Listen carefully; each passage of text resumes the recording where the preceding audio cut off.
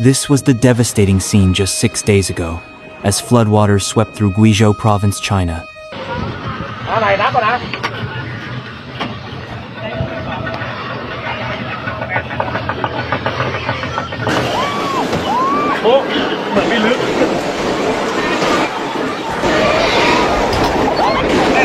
In the blink of an eye, a once thriving region was swallowed by a vast inland sea. Streets that used to be busy with life turned into roaring rivers, sweeping away everything in their path. Rooftops, cars, trees, everything was submerged beneath the raging current.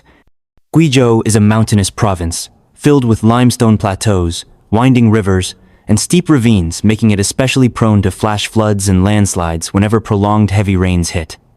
Economically, it's one of the poorest provinces in China, home to many ethnic minorities who rely heavily on agriculture to survive. The summer season here is known for its intense rainfall, which often triggers natural disasters, most notably floods and landslides that bring devastation to countless families. Today, according to videos posted on social media by residents, the water has finally receded. But to the shock of many, what's left behind isn't peace, it's the beginning of a new and silent tragedy, one even more brutal than the flood itself.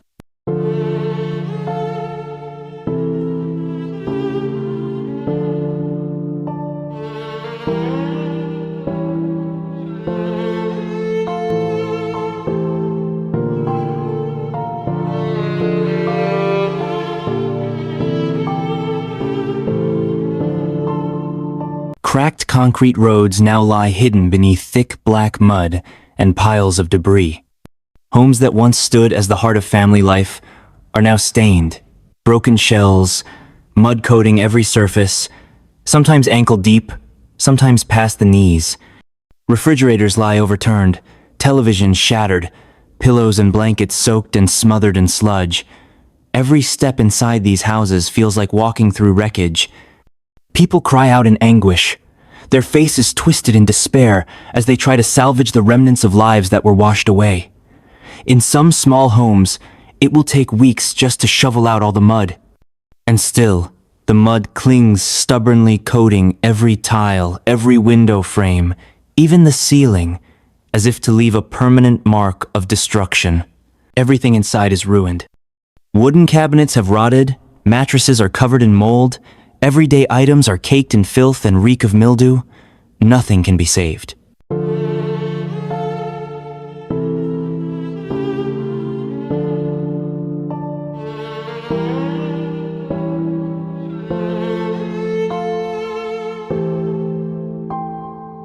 But the collapse of homes is only the beginning.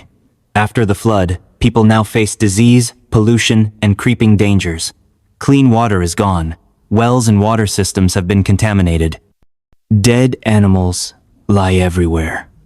In Daifan County, in the southern part of Guizhou, where hundreds of families depend on raising livestock, the flood left behind a heartbreaking sight. The bloated bodies of cows, pigs, chickens, once the most valuable assets these families owned, now lie motionless in the mud, giving off a putrid stench in the sweltering heat. In backyards, in barns, out in the fields, the carcasses are everywhere, swarmed by flies, making the air heavy and suffocating. For the people of Guizhou, that painful image is like salt rubbed into wounds that have yet to heal.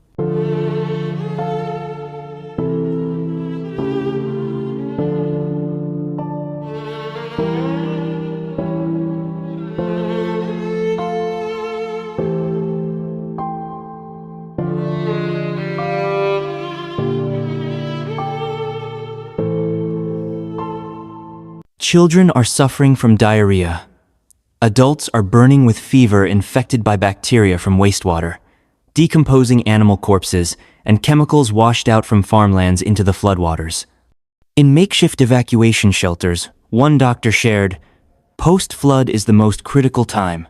We're already seeing signs of skin infections, conjunctivitis, and open wounds. If clean water doesn't arrive soon, a major outbreak is inevitable." But it's not just the threat to physical health. What's even more terrifying is the emotional collapse.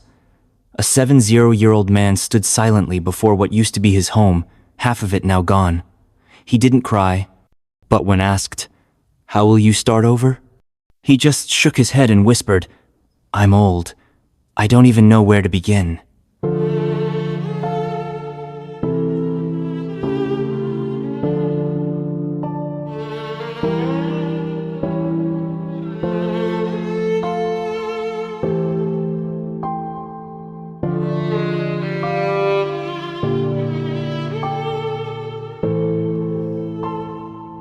Fields have been buried, farmland destroyed, chemical fertilizers soaked deep into the earth. An entire season's harvest is gone, along with any chance of repaying debts. Poverty creeps back in, and childhood dreams are put on hold. No more tuition money, no more savings. No one left with the strength to encourage anyone else. While emergency crews race to disinfect contaminated areas, rebuild roads, and restore clean water, thousands of people across hundreds of small villages are still living in temporary shelters, camping out on muddy ground, under makeshift roofs, waiting for a boxed meal or a thin blanket to make it through the night. In every house along the village roads, families begin the grueling process of scraping away the mud. But this isn't ordinary mud, it's thick, black sludge, sticky as glue, mixed with trash, animal carcasses, livestock waste, and a stench so overwhelming it chokes the breath. It coats floors, smears walls, soaks into bedding, dishes, and every crevice of what was once their peaceful home now turned into a filthy, horrifying war zone. And beyond the grief of loss, there's a deeper pain in the hearts of the people of Guizhou, a quiet but bitter outrage. Why was this flood so devastating? Why weren't they warned earlier? Why were there no protections in place for the most vulnerable communities? The ones who raised animals, who lived at the mercy of nature. Many stood among the ruins and said with heavy hearts, "Rain is from the sky, but letting the flood take everything surely that's on us." They pointed to the mountains, now stripped bare by reckless mining. Forests that once served as natural shields had been clear-cut for profit. Streams had been blocked to make roads. Small hydroelectric dams were hastily built upstream. All of it turned nature into a ticking water bomb waiting for one big storm to explode. "It used to rain hard before," one elder said tearfully, "but the water would drain. Now, one night of rain and the whole village is buried in sludge. The forest is gone. The streams can't flow. How can our homes possibly survive?" The people of Guizhou are not just mourning the flood. They're mourning the feeling of being forgotten, pushed aside by decisions made far away, without thought for those who live at the foot of the mountains, by the edge of the rivers, the poorest and most vulnerable. Please share this video not just to witness the fury of nature, but to remind each other, every choice we make toward the environment today will pay for tomorrow. Thank you for watching.